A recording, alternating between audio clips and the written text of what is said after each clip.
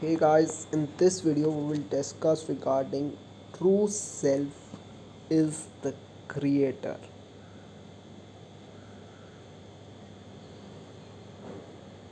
When you sometimes feel helpless, you ask for God and you have feel that there is no external power, not something external which can help you.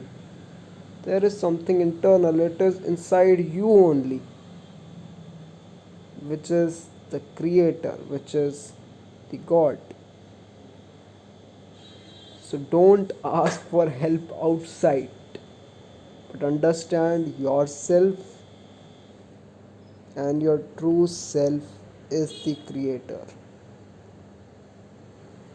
The source is within you.